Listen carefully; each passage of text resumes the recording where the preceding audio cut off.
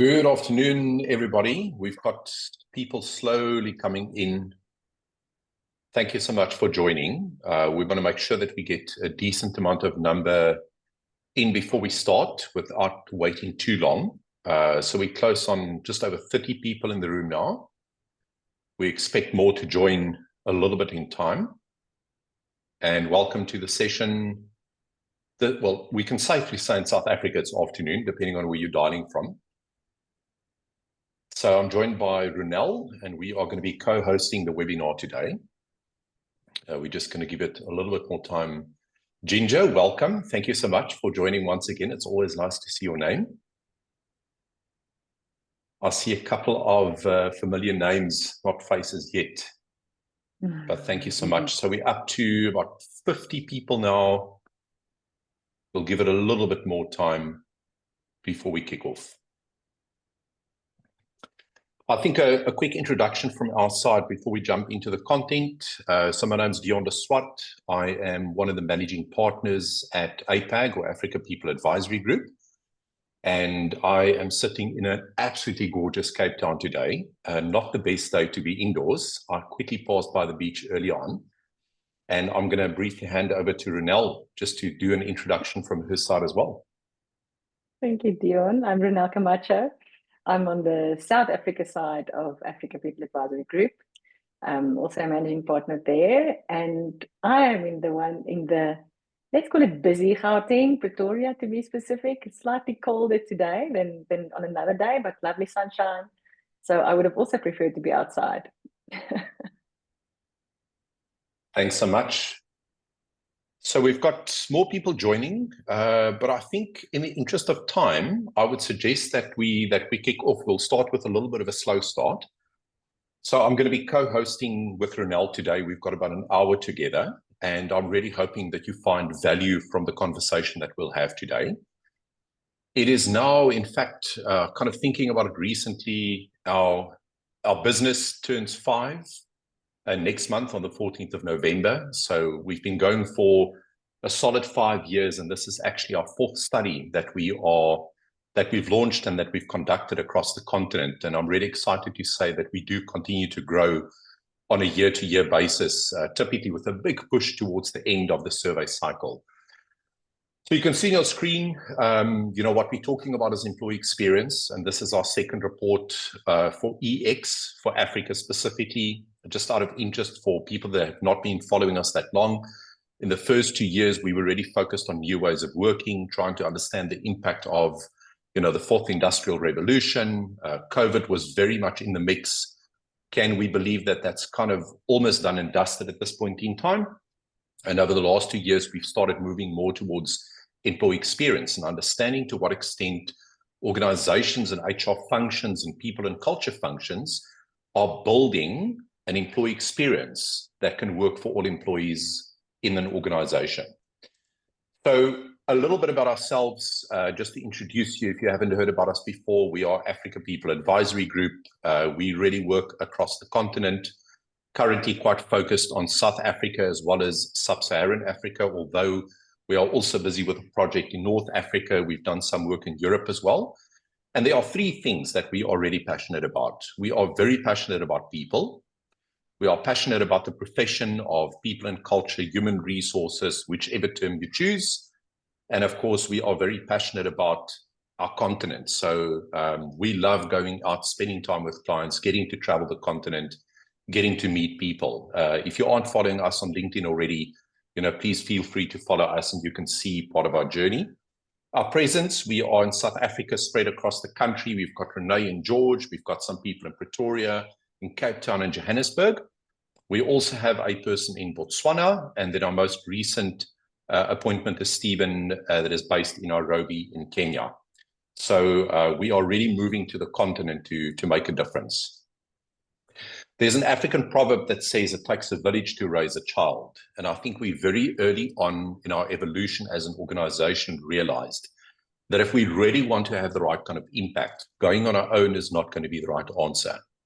And so a lot of the work that we do work with partners. And I want to pay a special tribute to our partners.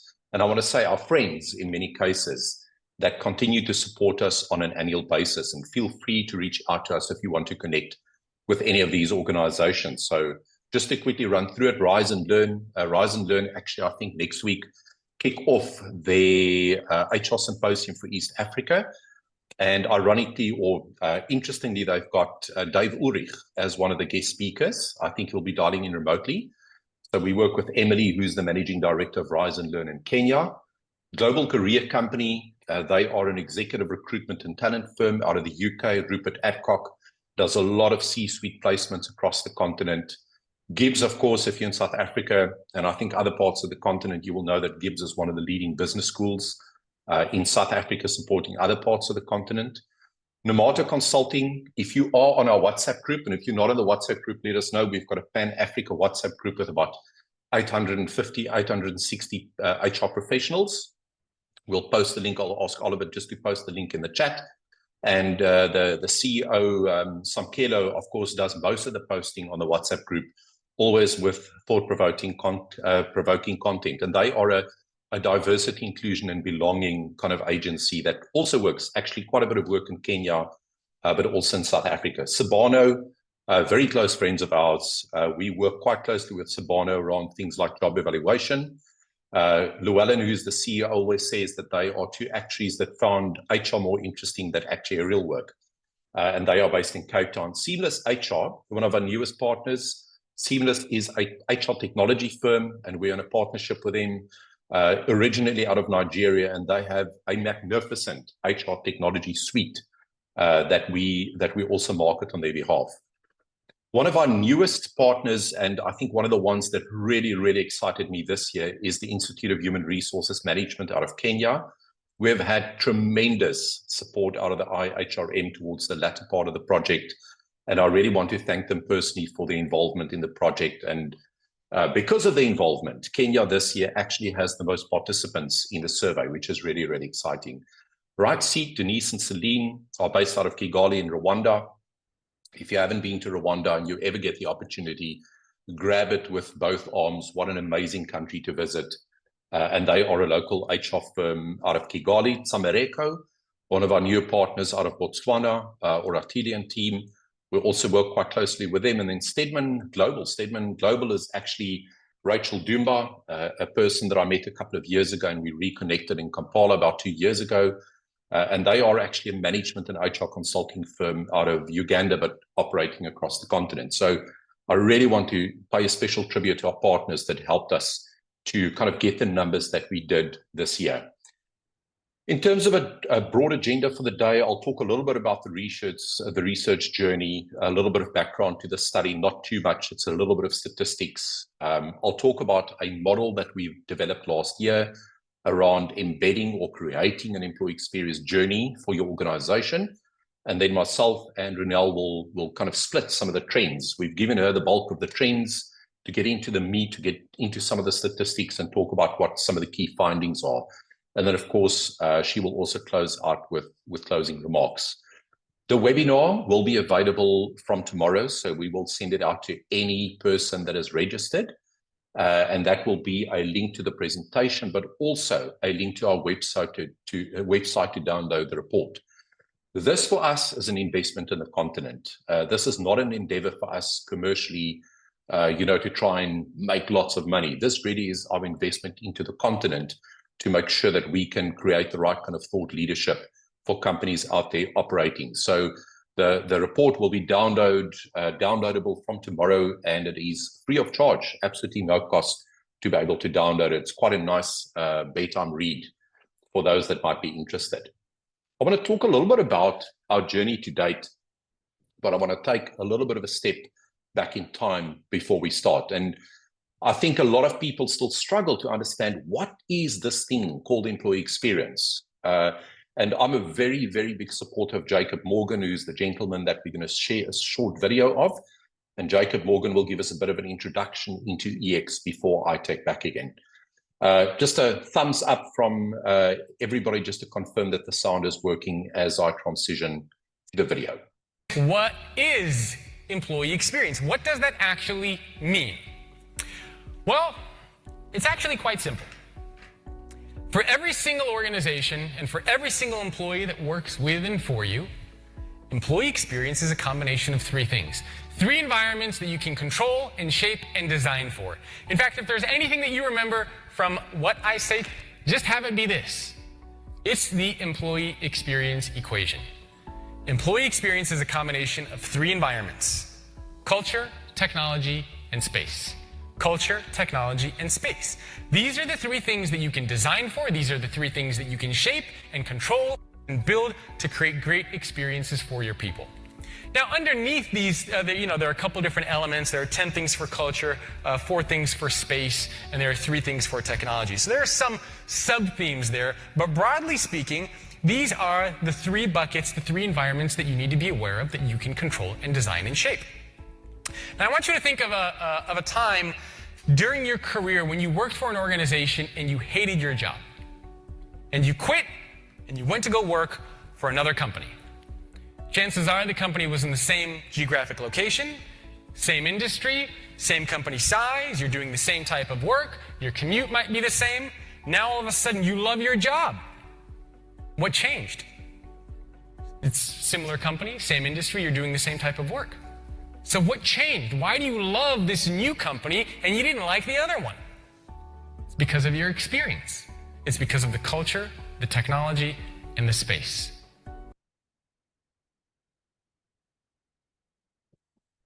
Right, so that's a brief introduction. I think there's quite a bit of content that you can read up with Jacob Morgan, but I think it's a really, really great summary of what makes up the EX equation, and we'll talk about EX going forward.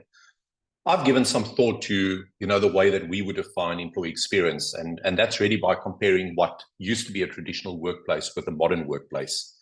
So if I think about the time that I started working, which is of course many, many, many, many years ago, I think the longest in our company, very close to the longest.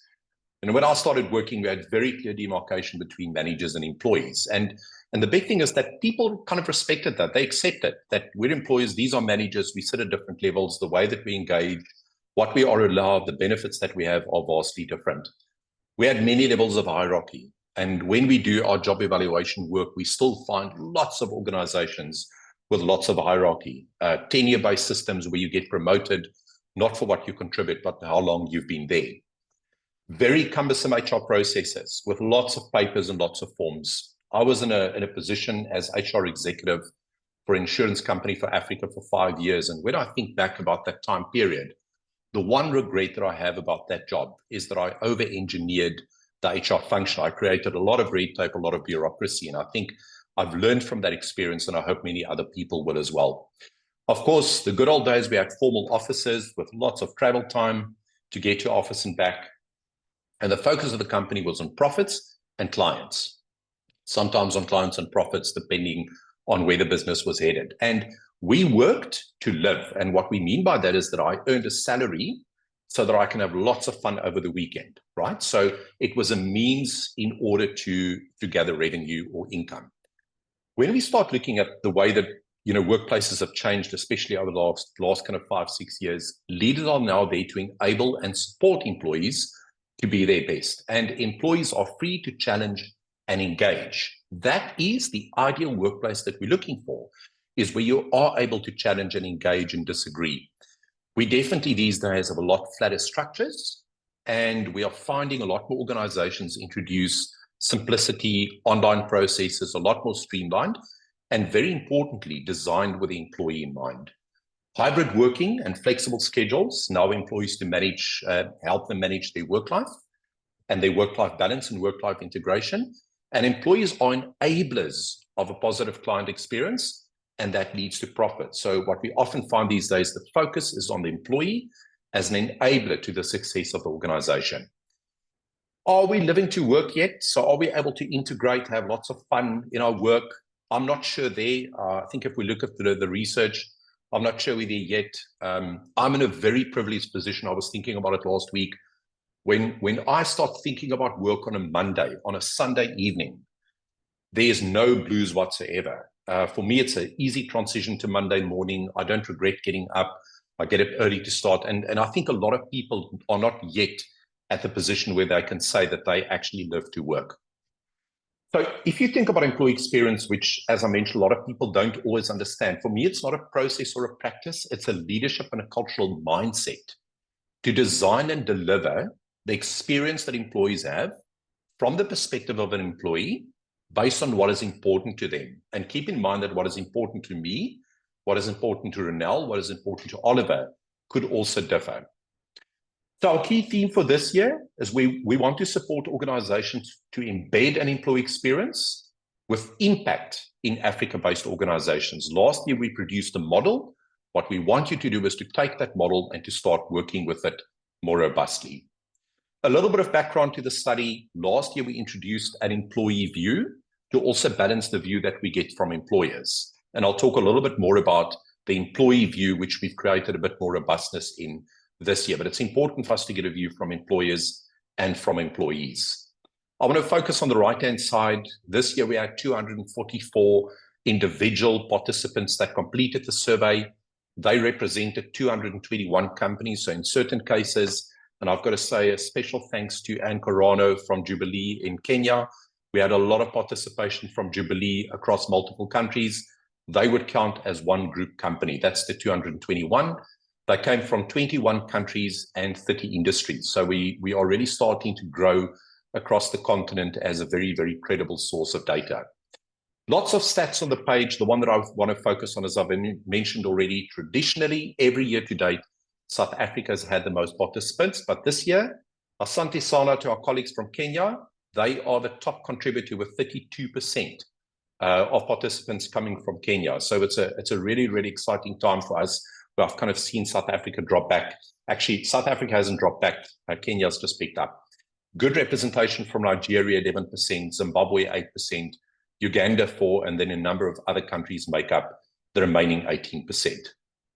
I spoke about the fact that this year we also introduced, or last year we introduced an employee view. And this year what we decided to do is to actually use our Pan-Africa engagement survey as a proxy for employee views. So we had, over the last year, we run a standard engagement survey across the continent. We've got about 16, 17 companies a year that participate. And this represents just short of 16,000 employees in 20 countries. Those are the clients that participate in the survey on an annual basis. On the right-hand side, there's a model built around an employee value proposition that helps us understand kind of what we measure in the survey. And we'll bring in that feedback constantly in the presentation today to balance the view of employers. A very quick recap is I want to talk a little bit about the EX model that we created last year, but we want to start with a poll. So Ollie is going to take over and run the poll for us. What we want to know is, how would you define employee experience? Would you define employee experience as a focus on leadership and culture? Is it for you more about the use of technology and systems? Is it perhaps about the people practices? Such a big part of what we drive in our profession is about data and metrics. Or is it a balance of the above? When we think about employee experience, do we consider all of these in kind of defining what employee experience is? We are up to about almost 40% in votes, very close to 50 now. Some very interesting kind of stuff coming through here. So very cool to see that the votes are picking up. And I was hoping for a particular vote that seems to come through very, very strongly. I'm not sure if it is because people read the report from last year or whether we really understand this concept. We're on about 63%. I'm going to let it run to about 70%, and then I'm going to end the poll and attempt to quickly show you the results. Right, we'll give it another moment. We've got about 90 people or so that have completed. So let me quickly end the poll. And what I can confirm is that the winner, balance of the above at 75%. And that is, in fact, the case. There's quite a bit of votes, 18% for leadership and culture. Leadership and culture, in my view, I would agree is a very, very, very big part of it. But the other aspects also play a very big role in getting us to where we need to be in terms of looking at employee experience. So thank you for that. So all of the above elements are quite important. Just a quick reminder of the model that we use, people-centric cultures. And here we look at things like leadership, meaningful work, empowerment. We're saying that those people-centric cultures are enabled by a set of robust and well and co-designed people practices, things like development, reward, and then of course data and metrics, and lastly supported by technology and systems, which are also really, really critical for us. So let's quickly jump into the 5 trends. So the 5 trends from the left-hand side that we have gathered from this year's study is that we require a step change to create safe and engaging organizational cultures enabled by people-centered leadership. That's our first one. The second one, diversity, equity, inclusion, and belonging, needs to be placed firmly on the organizational radar. We are far from where we need to be as far as DEIB is concerned. Trend number 3, a really critical one. Despite some traction in EX, we need a lot more heart. We need people to really jump in with a heart, of course, using the head, but really thinking about how do we design this with people at the back of it or in the front of it. Trend 4, some vast opportunities exist for the use of AI and data. I think AI a lot more than the data piece. And very lastly, the fundamentals of the model that we developed last year are still there. It is now time for action. The model is there. Feel free to use it. Jump in and start to do some work in the field of employee experience. I'm going to deal with trend number 1, and then I will hand over to Ronel to deal with the subsequent ones. And trend number 1, as mentioned, a step change is needed to create safe and engaging organizational cultures enabled by people-centric leadership. So what do we see from the first trend that we find? We really do believe that we need a lot more focus as far as leadership and culture is concerned. If we compare the results from 2022 to 2023, and the first question that we ask is leaders in our organizations are authentic about creating a positive employee experience, we see a drop of 9%. That's a little bit discouraging when we are really focused on this particular topic. A bigger concern for us is the number of negative votes that have increased.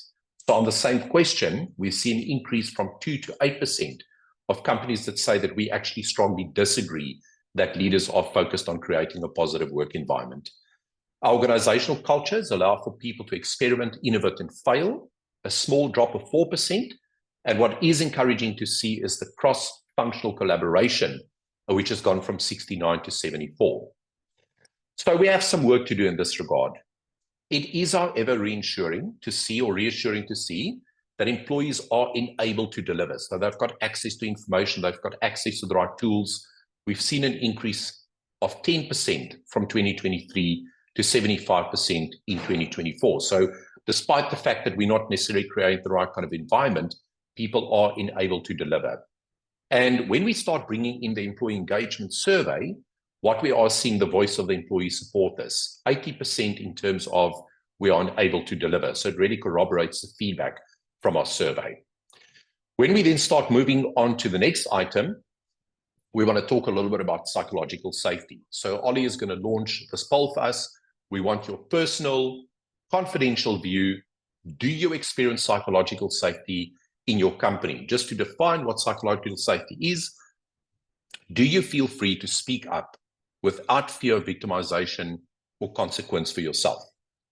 I'm very passionate about this particular point. I've been on the negative side of psychological safety a few times in my career, and it's something that I often talk about. So let's see what our participants say. If we in our kind of profession don't feel that we can speak up, how do we actually establish this in the rest of the organization? So we are up to almost 60% in votes. Very, very interesting result coming through. For me, this is really, really fundamental. When we can't speak up, it means that we don't have the right kind of leaders in place. And so really critical to understand. We are almost up to 70%. I'm going to stop it in the next moment or so, and then we can see where we end. And we've given you an unsure, just in case you're kind of on the cusp of this one. So we are on exactly 70% of votes. And what we are finding, 45% of participants are saying, yes, I can speak freely. I have psychological safety. 40% of votes, or 37 out of 93, are saying no, and 15% in unsure. And I think for me, that kind of is quite a telling result looking at the profession that we are dealing with.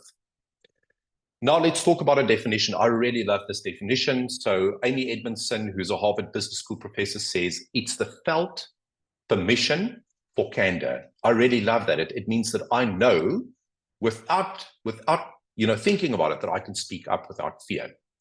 When we start looking at the survey results 2023 to 2024, we can see that there is a downturn in a sense of belonging from 69 to 58. However, there's a 5% increase in people feeling that they can speak up without fear of victimization from 69 up to 74. So that one kind of number is encouraging.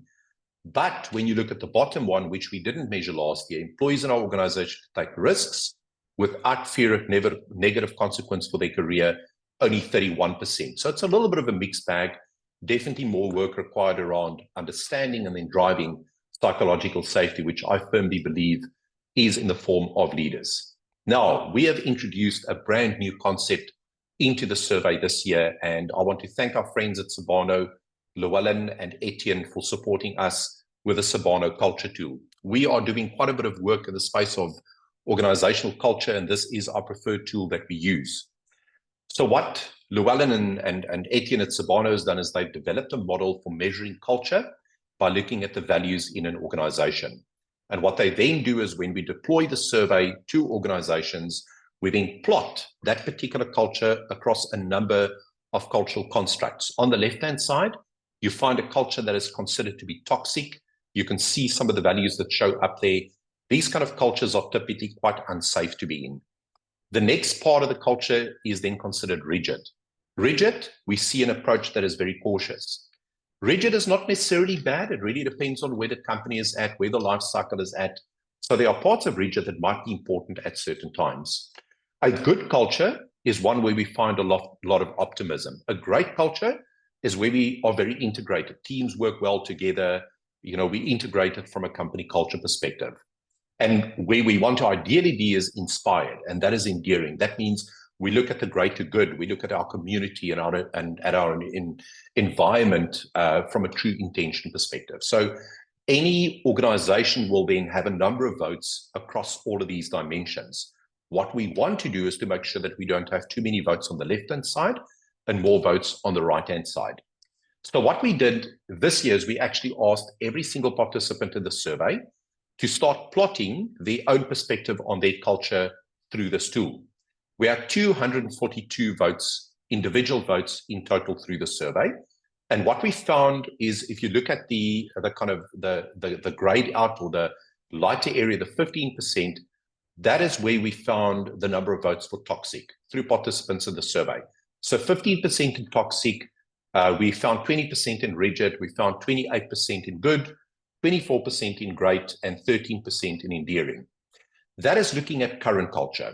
We then asked people to say, what is it that you would be looking for in your organizational culture? And what we saw is a big drop in toxic, so only 1% left, 1% left in rigid. What people are asking for is more of the good, more of the great, and more of the endearing. And once again, just to quickly flip back to the previous slide, you can see some of the values that describe what these cultures typically would look like. Two additional filters that we want to share with you is when we look at some of the frustrations that people might be having in the organizations. The top ones coming up, you can see is confusion, information hoarding, ambiguousness, a culture where people only need to know the kind of least information, and then of course also culture that is very commanding. When we look at where people are looking for the biggest increases, we've seen people asking for a lot more active listening, more authenticity in communication, and a lot more inspiration. So it's a really useful tool to start understanding where our cultures are at across the African continent. If I then kind of just look back in this particular section and I combine the results for the leadership that we spoke about, the issues around psychological safety, as well as the culture assessment, we are concerned that there definitely is more work to be done. We don't want to say it's a train smash. There are definitely lots of positives, but a lot more work required to start creating the right kind of cultures and leadership style in organizations. When we start balancing that with our engagement survey and feedback from our 16,000 employees, what we are finding is definitely a more positive view on leadership. So the overall dimension of leadership scored 78% favorable. So it's good to see that some of the experience that employees are having tends to be more positive. So let's close out with 2 potential recommendations on trend number 1. The first one is we would recommend that you redefine your talent programs to ensure that there's a big focus on developing people-centric leadership skills. Really think about, how do I develop the leadership skills? And it starts with identifying the competencies that you need.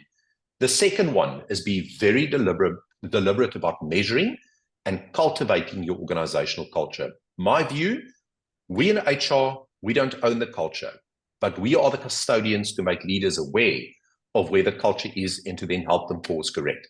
Leaders ultimately own the culture. I'm going to hand over to Ronelle, who will take you through the following slides. Yes, Dion, thank you. Diversity, equity, inclusion, and belonging, or DEIB as it's been abbreviated. We definitely believe that there's more work to be done to actually put this concept for organizations on the radar. And if we look at the results, companies that are progressive, that are deliberately doing things to involve everyone, those who have been underrepresented, those who have been in the minority, those who are now entering the workplace, those who are almost exiting the workplace. I think companies that really make use of involving everybody and celebrating diversity, those are the progressive companies. And it's reassuring to see that it's close to 60%. We're sitting on 59% of companies that actually have a policy. That's fantastic. But only 44% of companies actually allocate resources, and that be either budget, people, accountability somewhere to that process of DEIB or the concept of DEIB. And if we look at the questions that we've asked, the positive responses are good, but I want you to just do a quick tally of the negative responses as well as the neutral, because neutral tells us something as well. You know, if you just sort of sit on the fence, that is also a very telling element of, is this on the radar of the company or not? Our organizations create opportunities to participate in events and activities to promote it. Yes, fantastic. There is opportunities that's being created. There is budget that's being allocated, but leaders in our company are committed and supportive of the programs. Yes, we are close to 50-odd% on that, but the neutral element of that aspect, I think, is worrying, and that tells us that it's not yet on the radar. And when one think about DEIB, and Dion has mentioned some of our partners that actually work in that space, but it's really about rethinking and asking the questions. So our recommendation with regards to DEIB is to say, you know, how do we put teams together? How do we allow policies to be developed? Who do we involve? What opportunities do we create for anyone to really participate in projects, in policies, in teams, in shaping the practices in the organization? And then a very important aspect is allocating specific responsibility to leadership, making sure that somebody is taking charge of asking those questions and not just keep on doing things that how we've always done them. Trend 3, this is really the sort of enabling component of our employee experience model, and that relates to the employee experience or people practices. And we really feel that there's more heart needed there. There is definitely, if we start off with a poll, I think it's important for you to give us a view. What events matter most to you? And when we think about the people practices, we are talking now about onboarding, employee development, performance management, personas, things like really the people practices. If you can check for us what events matters most to you as an employee from an employee experience point of view. Thank you, Oliver.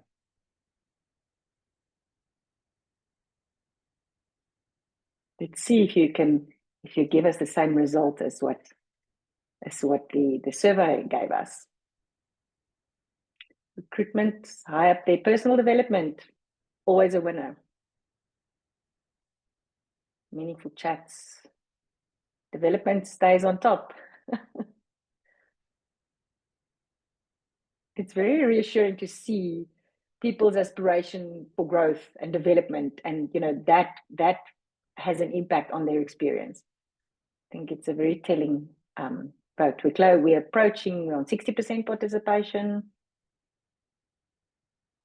Personal development is still our taker on this one. Sort of a halt of 55 people that participated, really 66 of them has indicated that personal development is their, sort of element that will drive their employee experience. About 2 away from 70. I would have loved to see it end up on a 70% participation, but I think it's convincing that employee development is right up there, your personal development, followed then by meaningful chat. Again, what the importance is of leadership and the impact that leadership has. Thanks. Let's see. Let's look into what are the components of employee experience, John. So when we think about employee experience, we always say that that's the moment that matters. And when you saw the video in the beginning, there was mentioning of space and technology, etc. But the moments that matter in respect of people practices is really ranging from when you enter the business, from an onboarding perspective, right through to when you exit, the remuneration that you receive, how you treat it when your performance is being managed. So, we cannot determine. The best thing we can do is track and measure as we go along to say, how do people experience the various components of our people practices. If we start off with onboarding, we're indicating to you the change in the measurement from 2022 to 2023 to 2024, but we've incorporated the disagreement score into this slide as well, which we think is particularly telling. Slight little bit of a, sort of downward trend in terms of how quickly we get people productive between last year and this year's study. So not as high as last year. The co-design, do we co-design with employees in the business, employees who have gone through the process? Also a slight drop. Encouraging to see the increase in the use of technology, but the measurement also a bit of a drop. But if you look on the disagreement aspect, people disagree quite, almost at a 50% rate of measuring those employee experiences. They outright say, we don't measure it. We don't co-design. These percentages are quite high from a negative perspective in terms of onboarding. And remember, this is the point where people join your business. This is their first encounters in being integrated into the business and being productive. From an employee development point of view, as a next component, now we've brought people in, we will start developing them. 43% of the respondents indicated that they have a competency framework. Now, we would have liked to see that higher in the continent, because what else do you use as the foundation to develop? If we want to develop leaders, if we want to develop certain technical capabilities and competencies, we will just sort of grapple with various aspects. And if you don't have the structure of a framework in a business, I think one can sort of just grab, bits and pieces, and it doesn't necessarily form a complete whole. So we would like to see that slightly higher from a framework point of view. Classroom training, how do employees develop? We know with the pandemic, it was an absolute, move towards online, but people are returning to the classroom, and that is, we are human beings. We connect with people as a trainer. My preference is also still for one-on-one, face-to-face, and we see people returning to classrooms in terms of how they conduct or how they do their learning and their development, 42% in this year's study. And what they focus on is the technical skills, which is reassuring, and close second is leadership development. So I think it's almost intuitive that people realize there's work to be done on leadership in general. If we look at programs, skills training, quite high up there with leadership development and coaching and mentoring, that's reassuring for us to see. And definitely the increase in terms of career path that is present in the business was also good. But I do think that there's a lot of work that can still be done on career paths. It is positive to see that there's an increase, but the disagreement rate over here, if we look at disagree and totally disagree, which is sitting on 44%, is worrying. You've already indicated just on this call that personal development is one of your, sort of biggest anchors for employee experience. And, many organizations that don't have career paths. People don't see, where can I go to from here? If there is no plan, where can I go? What can I do? The employee view, I think, people don't see the long-term career opportunities. Opportunity to develop was really only at a 60%. We would want to see that slightly higher. If we look at the ratings, I'm able to achieve what I want in my career at my organization, sitting at a 60. I know what possible career paths there are, 61%. It's not high enough for the importance that people place, the weight that people place on this element in employee experience. It's possible to advance in my career, slightly lower than what we want to see it as well. From a total rewards perspective, also one of the practices, this is a model that we've also showed before from Skills Future. I think at a baseline, total rewards is really about, it's almost being replaced by employee value proposition these days. It's really communicating and that art of sharing what the deal is with an employee. And at the base, it's really that sort of benefits remuneration. A second level is where you actually offer a differentiated experience. And that's where people connect. They have different experiences, they have benefits, they have flexibility. They're being looked after on different aspects than just financial well-being.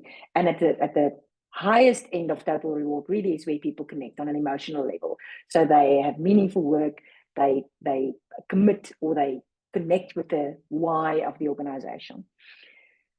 We've seen a drop in flexibility of total rewards that's being offered, the flexibility of rewards.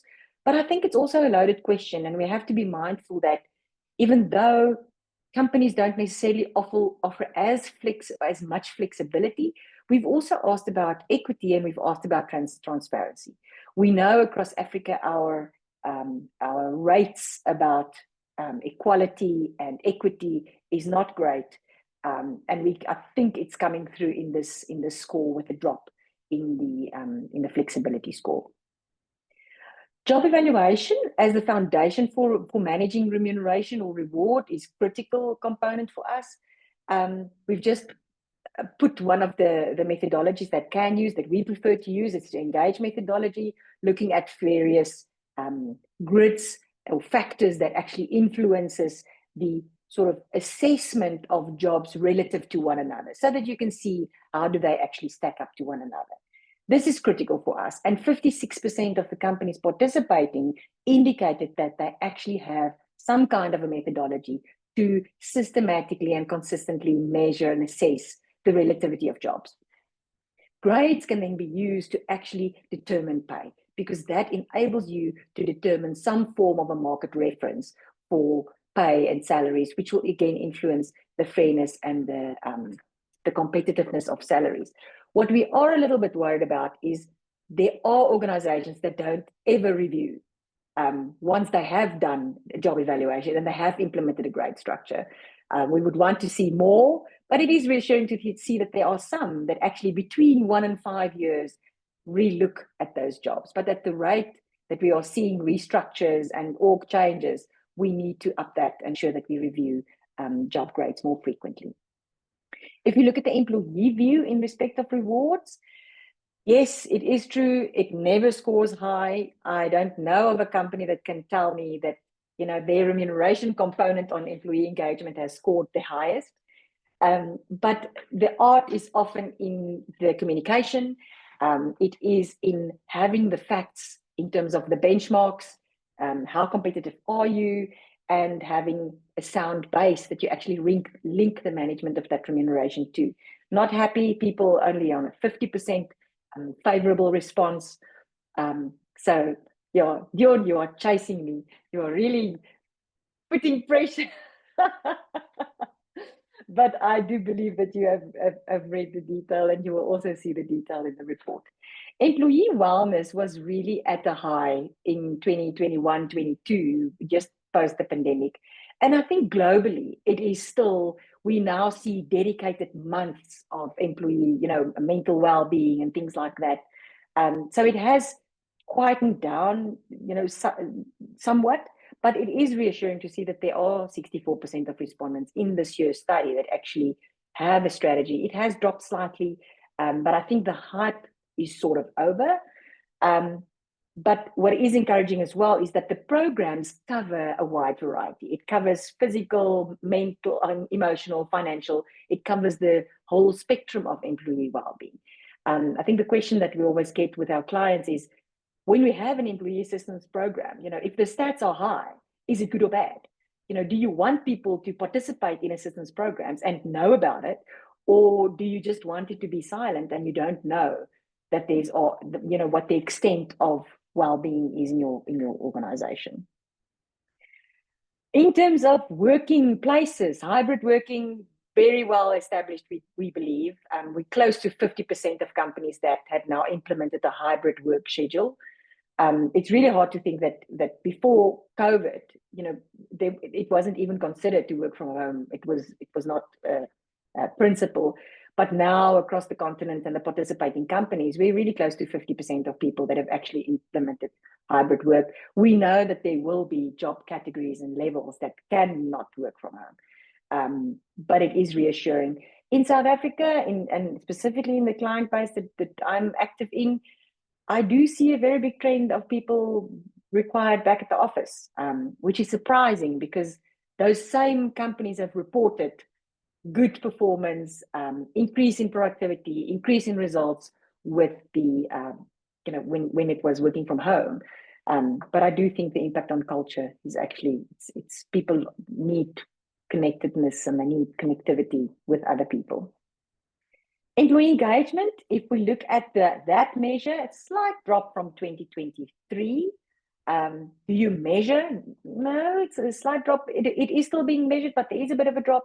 But it's encouraging to see that SNAP surveys have increased, which tells us that formal cyclical annual measurement of employee engagement might have dropped, but employers are wanting to be more in tune. They want to look at the SNAP surveys. They want to look at the quick results.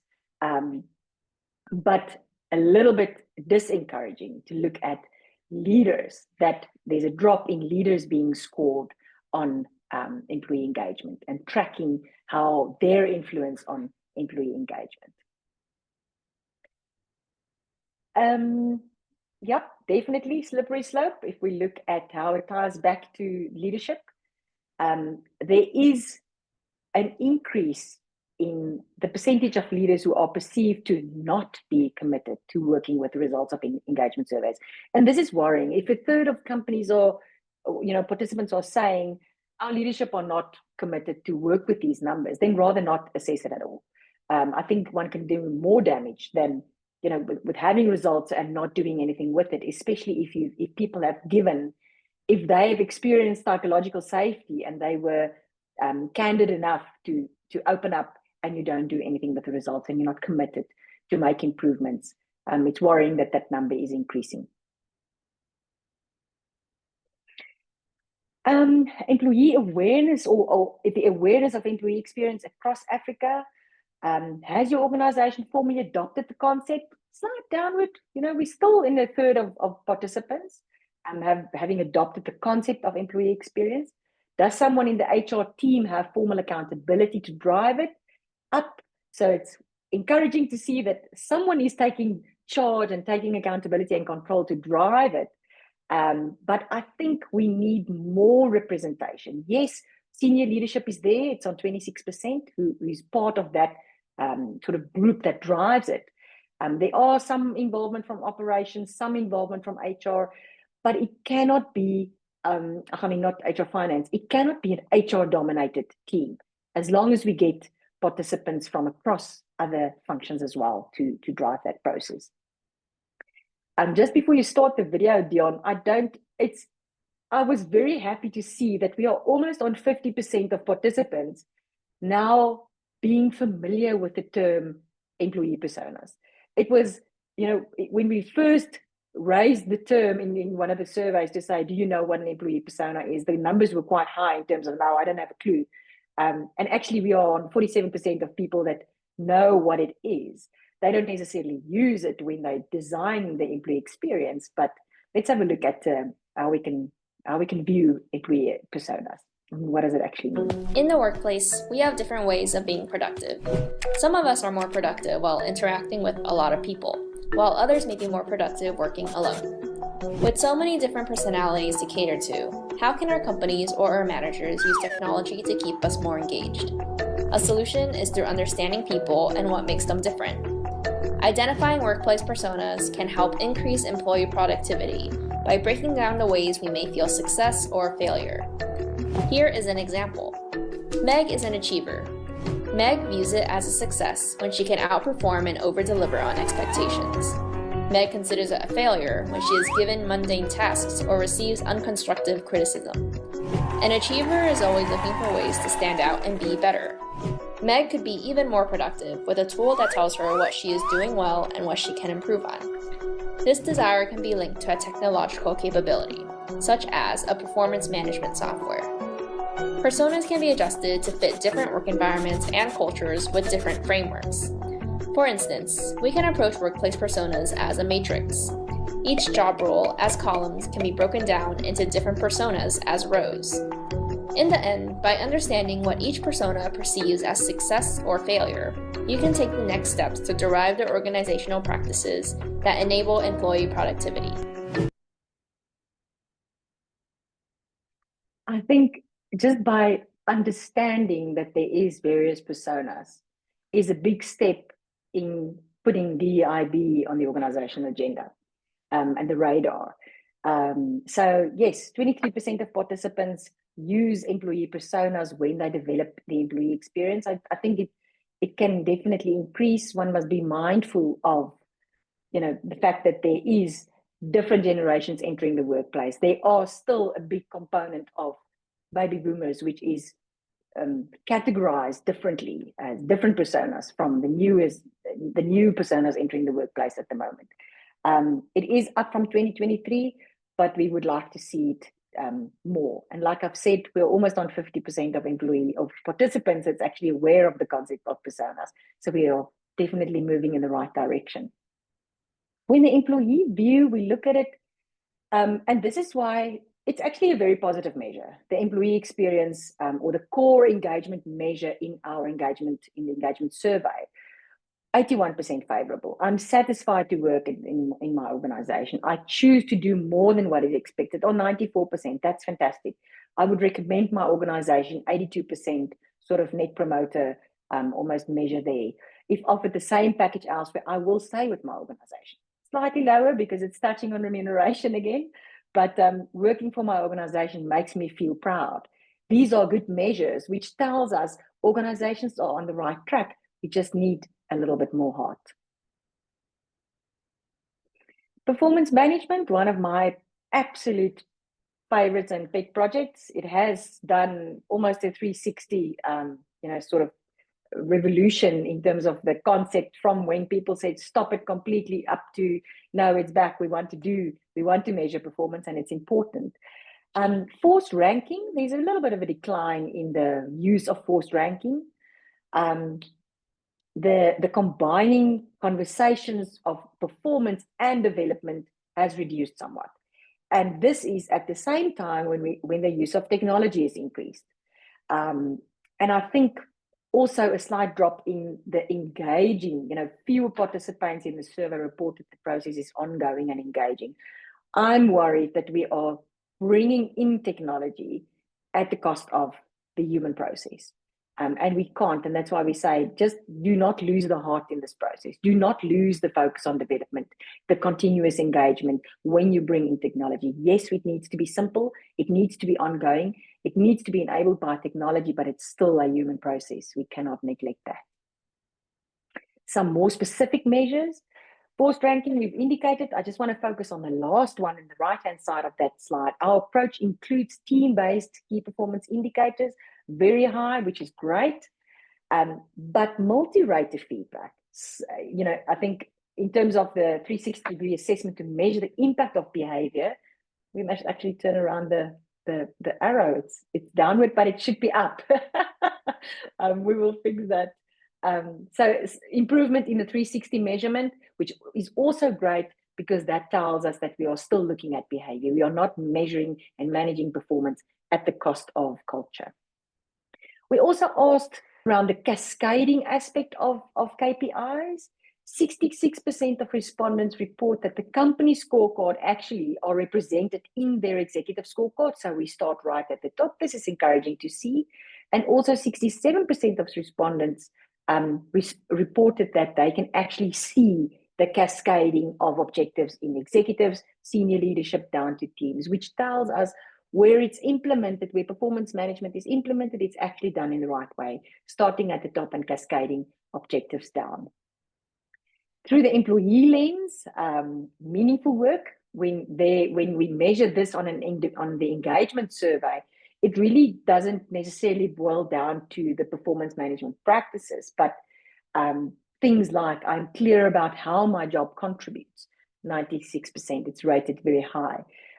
Stimulating work, I know what I need to deliver, so the objectives are clear, KPIs are clear, I'm expected to maintain a high level of performance. I mean, people are very clear about that. So in terms of having meaningful work that contributes to this high score from an employee perspective. Recommendations. This feels like a marathon that I've just run, Dion.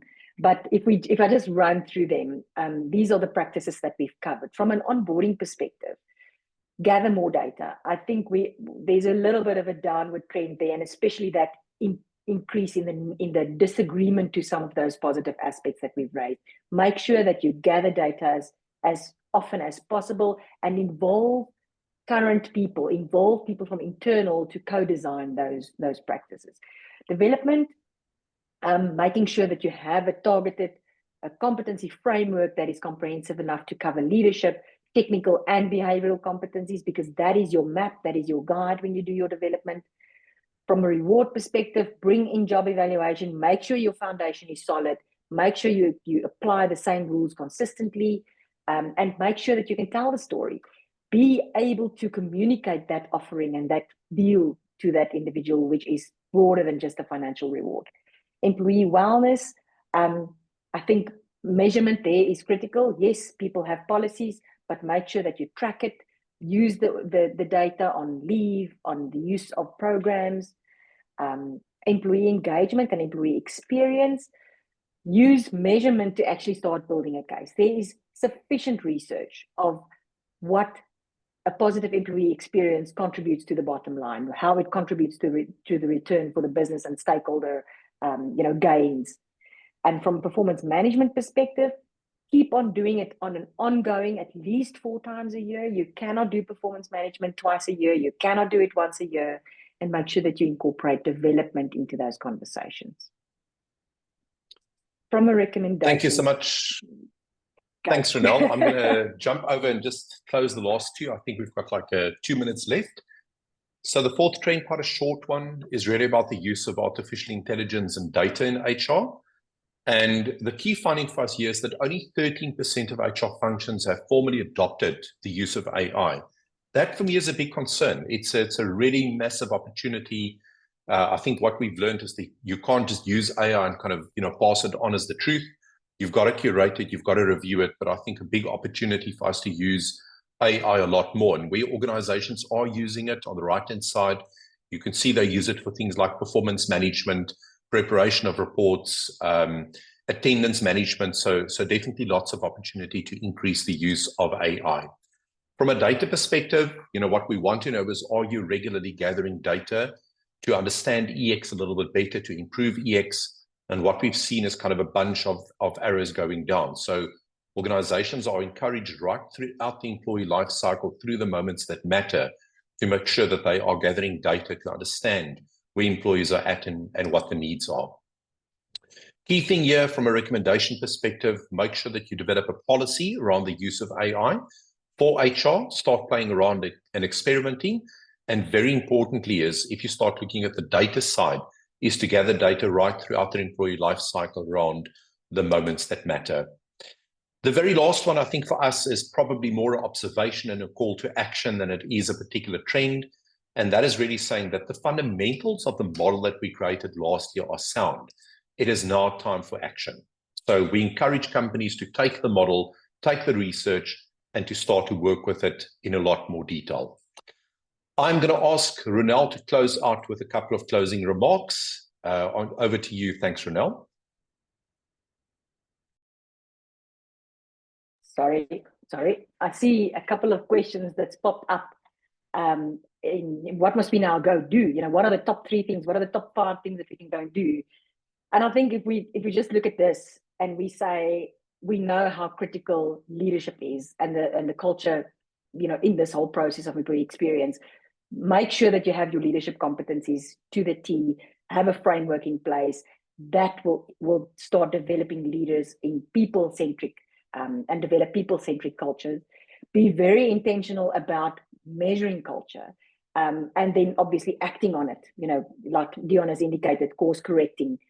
Gather data from multiple sources, co-design, make sure that you co-create, co-design practices, those people practices that we've gone through, you know, pick some of the ones that are most relevant to you, the ones that you believe will have the biggest impact, run a pilot, you know, experiment, be willing to fail, learn from those experiences. The best way for you is to take one of those practices, analyze it, track data on it, or gather data, track it, and implement a change. Decide how you want to almost evolve that and implement that change, and then use that as your case to go back to business and sell the idea of employee experience. Dion.